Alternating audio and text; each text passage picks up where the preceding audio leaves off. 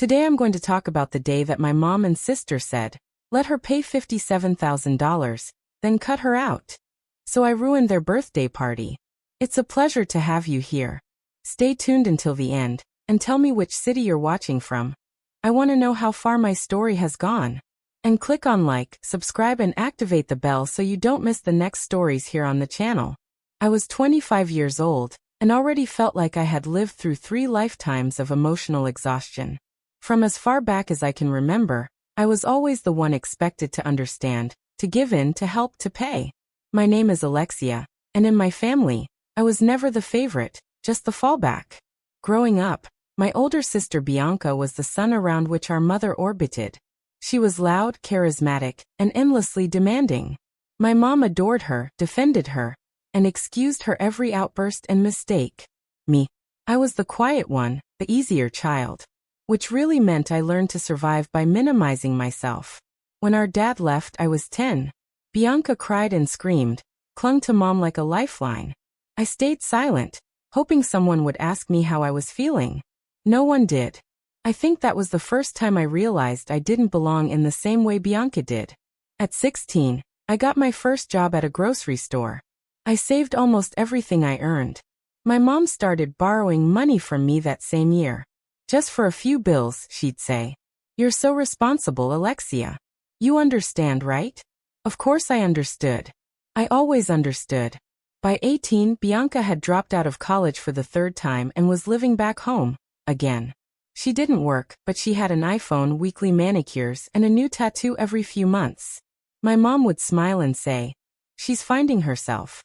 Meanwhile, I was working 2 jobs and still covering half the grocery bills because we're a family, Alexia. We help each other.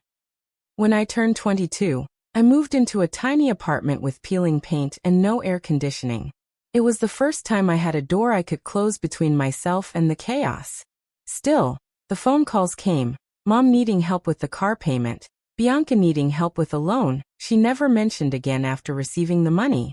And I gave. I gave because I thought that was what good daughters did. I gave because I hoped that maybe, just maybe, if I helped enough, they'd see me. Not just the person who fixed problems, but a person worth loving. But the breaking point came wrapped in $57,000 worth of debt. It started with a call from a collections agency. I thought it was a mistake. I'd never borrowed that kind of money. But they had my name, my social security number, and the paperwork to prove it. I remember my hands shaking as I listened to the man on the phone explain that a personal loan had been taken out 2 years prior, with my information, and had been defaulted on. I called my mom, panicked. That doesn't make sense, honey, she said, voice syrupy sweet. Are you sure it's not some kind of scam? I called Bianca. No answer. 2 days later, I got a message from Bianca, finally. Don't freak out. We'll figure it out. It's not a big deal. That's when I knew. I don't know how, but I just knew. My stomach dropped. They had used my name, my identity, and they didn't even bother to warn me. I confronted mom first. Why would you do this? How could you put something like this in my name without telling me? She didn't deny it. Not once. She just sighed and said, you're young. You have time to pay it back. Bianca was struggling. She needed help. And I knew you'd understand. You always do. I didn't cry. I didn't scream. I just felt hollow, like I'd been gutted from the inside. They used me. Not for the first time, but this time it wasn't just about money. It was about trust. About identity. And they didn't even have the decency to feel bad. That night, I couldn't sleep. I kept going over every memory, every birthday ignored, every holiday I spent alone because Bianca was going through something. All the times my mom canceled plans with me because Bianca needed her. I realized I'd spent 25 years hoping for a seat at a table I was never invited to. The next morning, I got a text from my cousin Rachel. She had screenshots. It was a message from my mom to Bianca. Let her pay it. Then we cut her off. No punctuation. No hesitation. Just a plan. I stared at that message for a long time. My throat went dry. My heart didn't even race. It just stopped. I wasn't just the backup. I wasn't just the wallet. I was disposable. And suddenly something inside me shifted. They thought I would pay and disappear. They were half right. But before I left, I had something to say. And I knew exactly when and where I would say it. Mom and Bianca's shared birthday party was in 2 weeks. And for once, I wouldn't be bringing gifts. The day after I read that message, let her pay it. Then we cut her off. I didn't get out of bed. I laid there, staring at the ceiling, feeling this cold clarity settle over me. Not sadness. Not anger. Just finality. The kind of calm that comes when the storm has already wrecked everything. I didn't respond to my mom. I didn't call Bianca. I didn't even tell Rachel I had seen the message. I didn't want to hear more explanations, more guilt-tripping, more fake apologies. I just needed space to think. By the end of the day, I had a plan. Their joint birthday party was being planned like some high society event. Mom turned 60 this year, and Bianca was turning 30.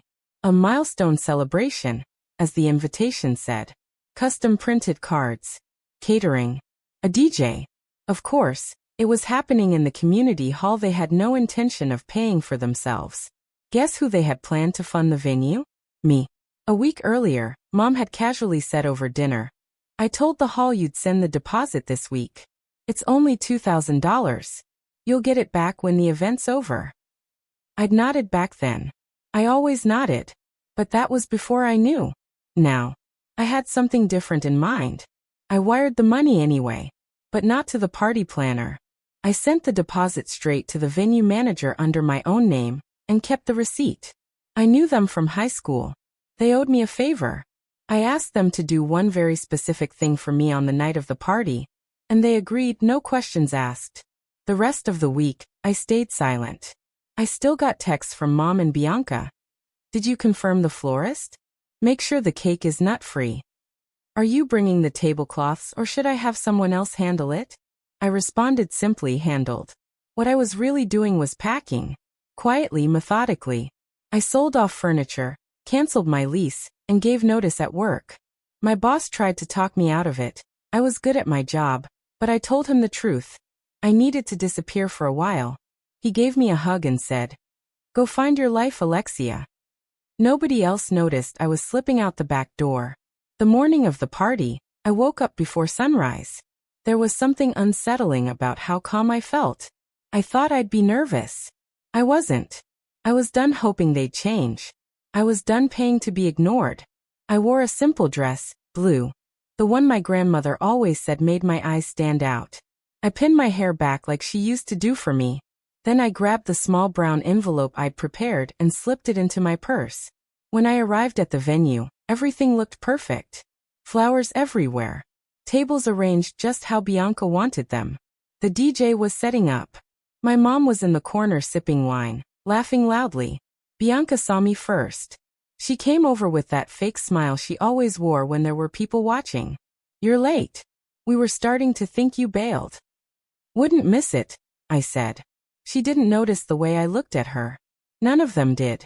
The guests began to arrive. Relatives, old neighbors, co-workers. Everyone dressed up, bringing gifts, hugging and clinking glasses. I watched it all from the edge of the room, invisible as always. Dinner was served, and then as the DJ announced the moment for speeches, my mother clinked her glass. "I just want to say how grateful I am for everyone here tonight. Especially to my daughter Alexia, who made all of this possible." Everyone clapped. She looked over at me like she expected me to smile. I didn't. I just stood up. I walked to the front, next to the microphone. "Hi," I said. "I wasn't planning to speak tonight, but I guess now's a good time." There was a light round of applause. People expected something sweet, sentimental. I paid for tonight's party. Not just the hall, but the catering, the flowers, everything. That's not unusual. I've been paying for a lot of things over the years. Birthdays, groceries, car repairs, even a loan I didn't take out, but that's a story for another day. The room started shifting. People exchanged glances. But tonight's special, because it's the last thing I'll ever pay for. My mom's smile froze. A week ago, I found out something interesting. A message from my mom to Bianca. It said, "Let her pay it." Then we cut her off. Gasps. Whispers. So I just want to say happy birthday. Enjoy the night. Because after today, you won't hear from me again. I pulled the small brown envelope from my purse and handed it to my mother. Inside were copies of the loan papers with my forged signature, a printout of the debt details, and a letter I'd written, explaining everything. This is yours. All of it. I'm not taking care of it anymore. Or of you. I walked off the stage. People didn't clap. They didn't know what to do. Some avoided eye contact. A few looked at me with something like pity. Bianca stood there, stunned, clutching her wine glass like a weapon. I walked straight out the door. Outside, the air felt different. Lighter. I got in my car, turned off my phone and drove. They had used me, erased me, and planned to throw me away. But I had left first. And this time, I wasn't looking back. What would you do if it were you? Tell me in the comments. And don't forget to like, subscribe and activate the bell to receive all notifications so you don't miss the next story. I drove until the highway signs no longer felt familiar. When the city disappeared behind me and was replaced by open roads and quiet towns, I stopped. I found a small motel off the interstate, paid in cash, and didn't leave the room for 2 days. It was the first time in my life I felt alone without feeling lonely. I didn't cry. I didn't panic. I just breathed. I watched the light move across the walls, listened to the sound of nothing. For once, I didn't feel like I owed anyone anything. And that silence? It felt like a gift. I kept my phone off for a full week. I imagined the chaos back home. Calls unanswered, texts ignored, my mother trying to explain away the scene I caused. I wondered what she said. That I was mentally unstable? Ungrateful? Selfish? Those were her usual lines. Bianca, I was sure, would have thrown something. She always needed to break something when things didn't go her way. The truth was I didn't care. Not anymore. I stayed in that town for a month. Got a part-time job at a bookstore where no one knew me. The owner, a woman named Carol in her 60s, didn't ask many questions. She just said, "You look like you need quiet. We've got plenty of that here." During my breaks, I'd read in the back corner. Sometimes I helped Carol sort deliveries or organize shelves. She started bringing me tea in the afternoons. One day she said, "You've got that look, someone who's done surviving and ready to start living." It was the kindest thing anyone had said to me in years. In that quiet little town, I started remembering who I was before the guilt, before the obligations. I liked painting. I hadn't touched a brush in years. I liked cooking simple meals, not the rushed microwave dinners between jobs. I liked the sound of my own thoughts. One afternoon, while helping Carol unpack a box of used books, I found a journal tucked between 2 hardcovers. It was empty, leather-bound, beautiful. She let me keep it. That night, I wrote for hours. I wrote about my childhood, the birthdays spent alone, the way Mom always said Bianca's going through a lot, as an excuse for forgetting me. I wrote about the time I came home with a school award, and she told me to keep it down because Bianca had a headache. I wrote about the years I gave and gave, hoping someone would see me. Putting it all down made it real, but also less heavy. I saw it clearly for the first time. I had been raised to believe love had to be earned with sacrifice. But love doesn't ask you to disappear. Around week 5, I turned my phone back on. Over 70 missed calls. 120 text messages. Mostly from Mom. A few from Bianca. The rest from unknown numbers. I guessed relatives who were at the party. The most recent message from my mom read, "Come home. We need to talk. You embarrassed us. But we're still family." Not a single word about the loan. Or the message she wrote. I blocked her number. Then Bianca's. That night, I called my grandmother, Dad's mom. She lived a few hours away and had always sent me birthday cards with $20 bills tucked inside. Even when I was a teenager. She picked up on the first ring. "Alexia? Oh, sweetheart. I've been waiting for you to call." I started crying before I could say a word. We talked for 2 hours. She told me she knew what my mom was like, that she'd tried to reach out over the years, but was always kept at arm's length. She said she was proud of me for walking away. "You don't owe anyone your peace, Alexia. Not even your mother. Especially not her." I drove to her place that weekend. She had a guest room, warm soup on the stove, and a hug that felt like 1,000 apologies for all the years I'd been denied love. We talked about my dad. Turns out he didn't leave because he didn't care. He left because Mom had pushed him out. There was more to the story, layers I never knew. And slowly, piece by piece, I started rebuilding a different picture of my life. A truer one. The loan was still in my name. That hadn't gone away. But I'd spoken to a lawyer who was willing to help me. There was enough evidence, messages, forged documents, proof of identity theft. It would take time, but I was no longer afraid of facing it. Because now, I wasn't alone. And for the first time, I wasn't running. I was walking toward something better. 3 months after the party, I was still living with my grandmother. Her house was small, with creaky floors and lace curtains, but it felt like the safest place on earth. Every morning she made me coffee and asked how I slept. Just that, no demands, no guilt, no expectation. It was the first time I understood what kindness looked like in a home. I found a job at a small local art supply store. The pay wasn't much, but the owner, Lena, let me take home damaged canvases and leftover paints. At night, I painted in the garage with the radio on low and the crickets outside. I didn't know what I was painting most of the time. Just colors and shapes and movement. But it helped. It kept me from falling back into the old weight. Legally, things were moving. The lawyer I'd hired had filed a formal complaint against Bianca for identity theft and loan fraud. The paperwork was solid. Messages. Forged signatures. Bank statements. We weren't going for prison time. Just a reversal of the debt. Maybe some restitution. I didn't want revenge. I wanted my name back. One afternoon, I stopped by the grocery store after work. I was flipping through produce when I heard someone say my name. Alexia. I turned. It was Aunt Claire, my mom's sister. We hadn't spoken in years. She looked surprised to see me, then almost nervous. I've been trying to find you. Your mom. She said you had some kind of breakdown. That you ran off. I laughed once dry. Of course she did. Claire looked down then back at me. Can we talk? Just for a few minutes. We went to a nearby cafe. She ordered chamomile tea. I didn't order anything. I'm not here to take sides, she said. But I saw what you did at the party. And I think you were right to do it. That caught me off guard. You do. She nodded. Your mom, my sister. She's always been like that. Controlling. Dismissive. I saw what she put you through. But I was afraid to speak up.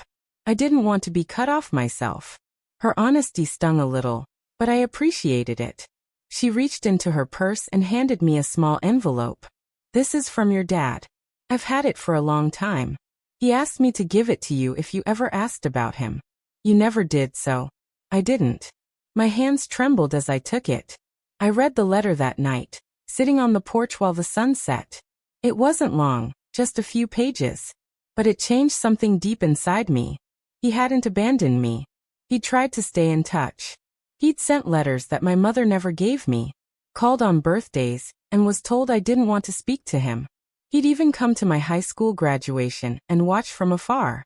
I never stopped loving you, Alexia. I just didn't know how to fight her and still protect you. I thought I was doing the right thing. I hope one day you'll understand.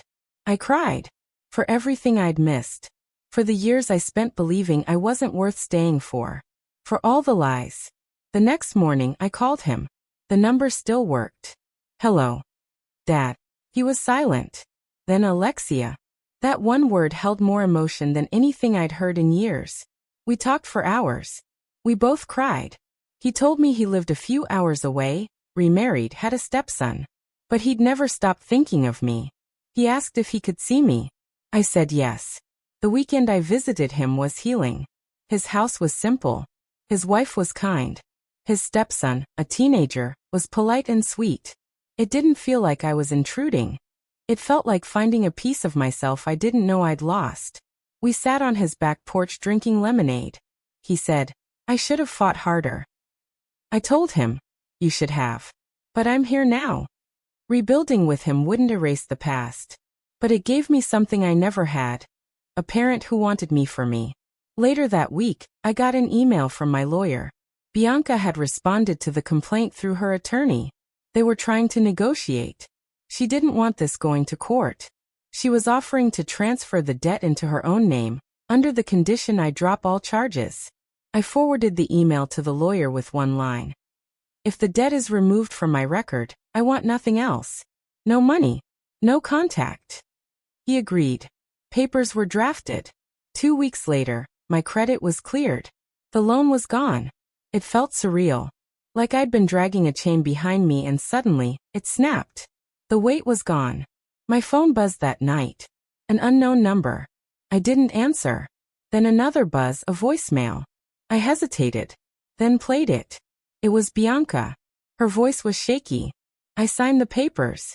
It's done. You win. Mom's furious. I don't even care anymore. I don't know why we did what we did. I think I hated how much she loved me and how little she saw you. I think I hated that you were still better than me anyway. I don't expect you to forgive me. I just wanted to say something. I deleted it. I didn't need apologies anymore. I didn't need them. I had finally chosen myself. By the time fall settled in, I barely recognized the person I used to be. The version of me that lived to please, to fix, to be chosen. Even if it meant sacrificing everything, was gone. I felt it in the way I walked slower, more certain.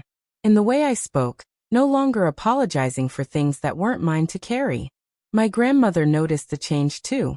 One morning, while I helped her fold laundry, she said, "You smile with your whole face now, Alexia. You didn't used to." It was true. I smiled more. I laughed more. I even started painting again with intention. Not just as therapy. I painted what I felt. Abandonment, survival, grief, and eventually, hope. Lena from the art store saw one of my canvases and asked if she could hang it in the shop window. I let her. It sold within a week. For the first time, I started thinking about my future. Not in vague terms, but real practical steps. I opened a new bank account. I applied to take online college courses. I set goals, small ones. Finish a painting a week. Save a little every paycheck. Go on walks without checking my phone. One Saturday, while at the local farmer's market, I saw Rachel. She looked shocked to see me. Her hair was longer now, and she was carrying a toddler on her hip. "Alexia? Oh my God. It's really you." We hugged. It wasn't awkward, it was warm. She introduced me to her daughter, Ivy. "You disappeared," she said softly, once we sat down on a nearby bench. "I had to." Rachel nodded. "I wanted to reach out so many times, but your mom told everyone you'd joined some cult or something." I actually laughed. Of course she did. Rachel looked around, then leaned closer. "Everyone knows what happened at the party. They talk about it like you snapped. But I tell them the truth. I tell them what your mom and Bianca did." That surprised me. "Why? Your family too." "Because it was wrong. And I admire what you did." It felt strange hearing that word, admire. I'd been called dramatic, cold, difficult. But never admired.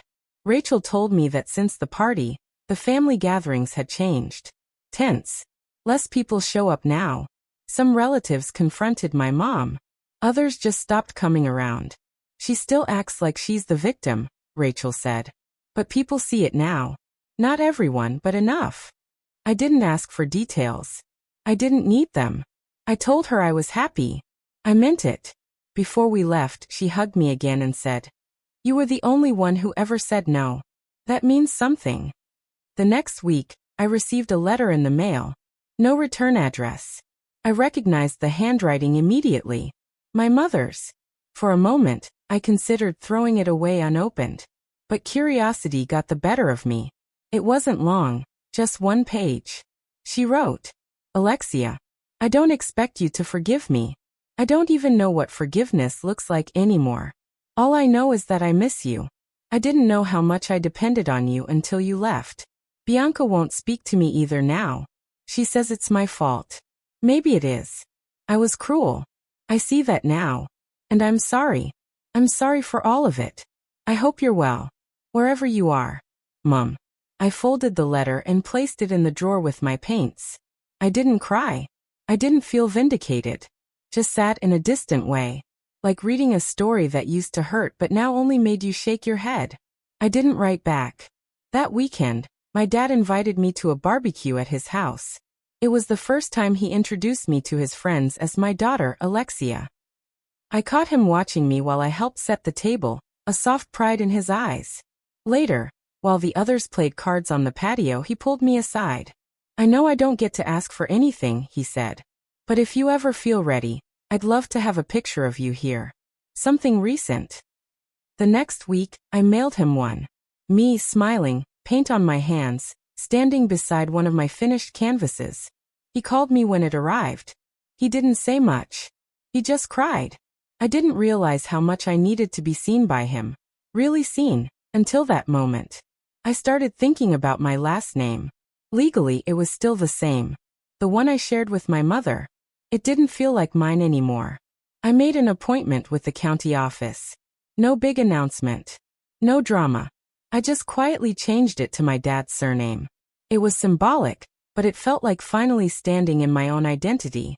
By the end of the year, I had moved into a small place near the art store. Just mine. My grandmother cried when I packed, but hugged me tightly and whispered, "I'm proud of you." So many people had broken me without ever laying a hand on me. But I had put myself back together, piece by piece. And now, I was building a life they never imagined I could have without them. A year had passed since I walked out of that birthday party. It didn't feel like 12 months. It felt like another lifetime. One where I finally learned the difference between peace and silence, between being needed and being loved. My new apartment was small but full of light. The walls were covered with my paintings, bright ones, chaotic ones, even quiet ones. They weren't perfect, but they were mine. I had built something. A space that felt like home. I had also built a routine. Mornings at the art store.